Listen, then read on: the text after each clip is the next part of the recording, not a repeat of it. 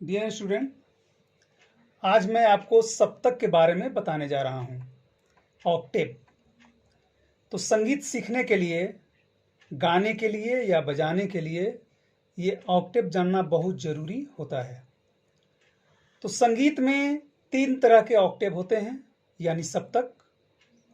पहला मंद्र, और दूसरा मध्य, और तीसरा तार। तो सबसे पहले हम लोग सप्तक की परिभाषा जानते हैं कि सप्तक क्या होता है। 7 स्वरों के क्रमबद्ध समूह। क्रमबद्ध क्या होता है? जैसे सा के बाद रे, रे के बाद ग के बाद म के बाद प, इस तरह क्रमबद्ध समूह है। तो 7 स्वरों के क्रमबद्ध समूह को हम सप्तक कहते हैं। सप्तक जो होता है उसमें जो भी स्वर होता है उसकी आंदोलन संख्या पर वो निर्भर है। सा के आंदोलन संख्या कुछ है, रे के उससे ज्यादा है, ग के उससे ज्यादा है, म के उससे ज्यादा है। अगर सा के आंदोलन संख्या 240 है फ्रीक्वेंसी, तो रे का 270 है। ऐसे करके स्वर बना। तो सबसे पहले हम जानते हैं सप्तक के प्रकार। तो 3 तरह के सप्तक होते हैं। सबसे पहले हम आते हैं मंद्र सप्तक। मंद्र सप्तक। मंद्र सप्तक क्या है? Lower Octave. इस सप्तक की आवाज गंभीर और मोटी होती है। इस सभी स्वर के नीचे बिंदु लगे होते हैं पहचान के लिए। अगर हम कोई गाना बजाते हैं किताब के द्वारा या नोटेशन के द्वारा, तो जो भी स्वर होंगे इसके कुछ पहचान होते हैं कि तीनों सप्तक में सेम ऑर्डर में स्वर हैं। सारे गम पधनी मंद्र सप्तक में भी है, और सारे गम पधनी मिडिल सप्तक में भी है, और सारे गम पधनी हाई ऑक्टेव में भी है, यानी मंद्र सप्तक, मध्य सप्तक, तार सप्तक।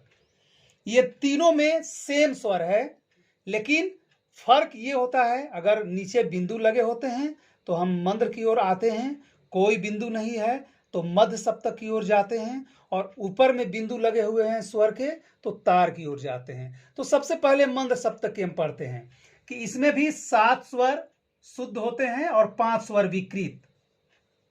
सा, रे, ग, म, प, ध और नी, ये 7 शुद्ध स्वर हैं। तो ये सभी स्वर के नीचे बिंदु लगे होते हैं। अगर स्वर के नीचे बिंदु लगे हों तो हम ये जानते हैं कि ये जो स्वर है मंद्र सप्तक का, यानी लोअर ऑक्टेव का है। अब हम आते हैं मध्य सप्तक। मध्य सप्तक यानी मिडिल ऑक्टेव। तो मध्य सप्तक की आवाज न ऊंची होती है न नीची।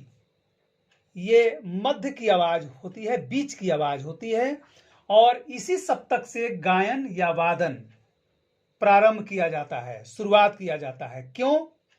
क्योंकि अगर हम कोई भी गायन या वादन मध्य सप्तक से शुरू करते हैं तो हमारे पास लेफ्ट की ओर भी सप्तक है और राइट की ओर भी सप्तक है। अगर हम मंद्र सप्तक से कोई गायन प्रारंभ करेंगे तो मंद्र सप्तक से हम नीचे की ओर नहीं गा पाएंगे। इसीलिए कोई भी गायन या वादन जब करते हैं तो मिडिल ऑक्टेव मध्य सप्तक से करते हैं। तो मध्य सप्तक में भी 7 स्वर हैं, 7 शुद्ध स्वर, सा, रे, ग, म, प, ध और नी। तो लेकिन जो मिडिल ऑक्टेव है, जो मध्य सप्तक है, इसके ऊपर और नीचे स्वर में कोई बिंदु नहीं है। इसकी आवाज जो है बीच की होती है। इसकी फ्रीक्वेंसी भी, अगर मान लीजिए कि सा की फ्रीक्वेंसी 240 है, तो जस्ट अगर हम लोअर ऑक्टेव में आते हैं तो इससे फ्रीक्वेंसी इसकी जस्ट हाफ हो जाएगी। हम आते हैं तार सप्तक। तार सप्तक यानी हाई ऑक्टेव। तो जो हाई ऑक्टेव जो होते हैं तार सप्तक, इसकी आवाज ऊंची और पतली होती है, और इसके जो स्वर के आंदोलन संख्या है यानी फ्रीक्वेंसी मध्य सप्तक से डबल होती है। मान लीजिए कि मध्य सप्तक के फ्रीक्वेंसी सा के 240 है, तो तार सप्तक के सा के फ्रीक्वेंसी 480 हो जाएंगे। यानी प्रत्येक स्वर, जो मध्य सप्तक के प्रत्येक स्वर है, इसकी जो फ्रीक्वेंसी है वो तार सप्तक के प्रत्येक स्वर की फ्रीक्वेंसी डबल होते जाती है। इसमें भी 7 शुद्ध स्वर हैं, सा, रे, ग, म, प, ध और नी। लेकिन जो तार सप्तक का स्वर है, इस सभी स्वर के ऊपर में बिंदु लगे होंगे। तो आप ये जान जाइएगा कि अगर स्वर के नीचे बिंदु है तो वो लोअर ऑक्टेव का स्वर है, और स्वर के ऊपर नीचे कोई बिंदु नहीं है तो मिडिल ऑक्टेव का स्वर है, और स्वर के ऊपर में बिंदु लगे हों तो वो तार सप्तक यानी हाई ऑक्टेव का स्वर है। तो बिंदु से हम सप्तक चेंज करते हैं, ऑक्टेव चेंज करते हैं। अब आइए हम आपको बताते हैं कि अभी तक मैं 7 शुद्ध स्वर को पढ़ाया। इसमें 5 स्वर और भी हैं जिसको हम विकृत स्वर के नाम से जानते हैं। तो ये प्रत्येक ऑक्टेव में है, मंद्र सप्तक में भी है, मध्य सप्तक में भी है और तार सप्तक में भी है। तो 7 शुद्ध स्वर हैं, 7 शुद्ध स्वर हैं और 5 विकृत स्वर हैं, विकृत स्वर। तो 7 स्वर शुद्ध, सा, रे, ग, म, प, ध और नी। अब यहां आप ध्यान से देखेंगे, ये प्रत्येक ऑक्टेव के लिए मैं बता रहा हूं, 7 शुद्ध स्वर और 5 विकृत स्वर। सा और प ये अचल स्वर है, ये सिंगल है प्रत्येक ऑक्टेव में, इसके डबल नहीं होते। बाकी जितने स्वर हैं, रे, ग, म, ध, नी, ये सबके 2-2 हैं। रे का लेफ्ट है, ग का भी लेफ्ट है, म का लेफ्ट नहीं होता, म का राइट है, ध का लेफ्ट है और नी का भी लेफ्ट है। यानी रे भी 2 है, ग भी 2 है, म 2 है, ध 2 है और नी 2 है। लेकिन आप ध्यान देंगे, शुद्ध स्वर के बाद जब हम विकृत स्वर में आते हैं तो विकृत स्वर के कुछ पहचान होते हैं। इसमें 2 तरह के विकृत स्वर हैं, एक तो शुद्ध स्वर के लेफ्ट है और दूसरा जो है शुद्ध स्वर के राइट है। तो जो शुद्ध स्वर के लेफ्ट है उसको हम कोमल स्वर कहते हैं, कोमल स्वर, माइनर। तो कोमल स्वर के पहचान है जो स्वर के नीचे अंडरलाइन हो, पड़ी रेखा हो। अगर रे लिख के अंडरलाइन है तब हम समझेंगे कि शुद्ध रे नहीं है, ये शुद्ध रे का जो लेफ्ट का रे है वो है, कोमल रे है। अगर म लिखकर अगर ऊपर में ऐसे खड़ी लकीर है तो आप ये जान जाएंगे कि ये हमारा शुद्ध म नहीं है, ये शार्प म है, तीव्र म है। तो जो लेफ्ट का स्वर होता है वो कोमल स्वर है, जो राइट का स्वर है, शुद्ध स्वर के जो राइट है वो तीव्र स्वर है। तो अब आप जान गए कि प्रत्येक सप्तक में इसी तरह स्वर स्थापित हैं, 7 शुद्ध स्वर और 5 विकृत स्वर। तो जो 7 शुद्ध स्वर हैं वो सिंपल लिखे हुए होते हैं, लेकिन जो विकृत स्वर होते हैं उसमें 2 तरह के विकृत हैं, एक कोमल और दूसरा तीव्र। जो कोमल होंगे वो लेफ्ट का स्वर होते हैं, जो अंडरलाइन किए हुए होते हैं। आपको मैं सबसे आसान एक लाइन में मैं बता दे रहा हूं तीनों ऑक्टेव का कैसा स्वर है। एक लाइन में विद्यार्थियों के सीखने के लिए एक सबसे आसान तरीका है।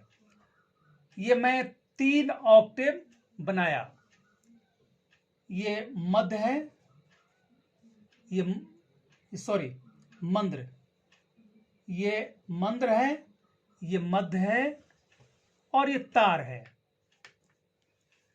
तो इनके जो स्वर होंगे, सा है, सा तो सिंगल है, 2 रे है, 2 ग है, 2 म है, 1 प है, 2 ध है और 2 नी है। तो आप ध्यान देंगे जो भी स्वर हैं लेफ्ट में वो कोमल है, ये अंडरलाइन होंगे, लेकिन म में लेफ्ट नहीं है, राइट है, इसलिए ऊपर में खड़ी लकीर है। प सिंगल है, ध जो है लेफ्ट वाला, ये जो लेफ्ट का ध है वो कोमल है, लेफ्ट का नी है वो कोमल नी है। लेकिन मंद्र सप्तक में लकीर भी मिलेंगे और नीचे सभी स्वर के नीचे बिंदु लगे होंगे। यानी आप समझेंगे कि अगर नीचे में बिंदु लगे हों और अंडरलाइन हो तो कोमल स्वर है, और नीचे बिंदु लगे हों अंडरलाइन नहीं है तो शुद्ध स्वर है।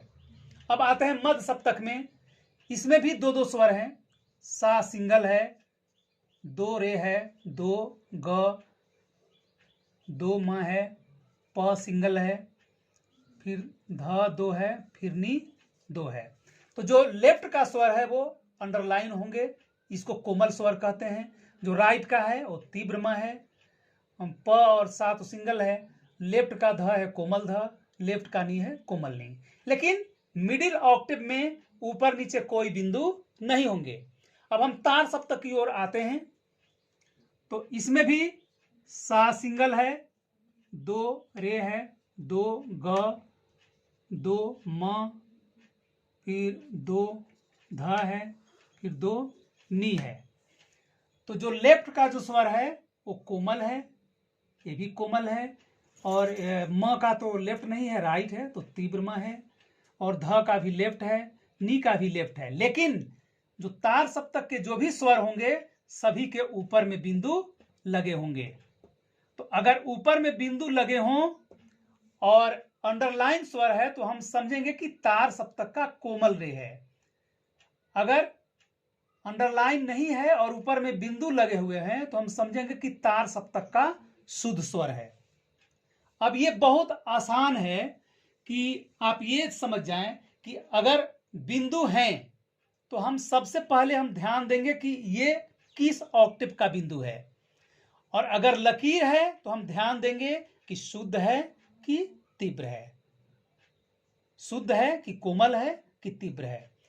तो बिंदु से ऑक्टेव चेंज करते हैं और लकीर से स्वर चेंज करते हैं। यह इसका फंडा है और बहुत आसान है। ये अगर आप सीख जाएंगे तो हारमोनियम या पियानो आप बजाने लग जाएंगे। बहुत आसान तरीका है। एक लाइन में मैं तीनों ऑक्टेव के बारे में समझा दिया।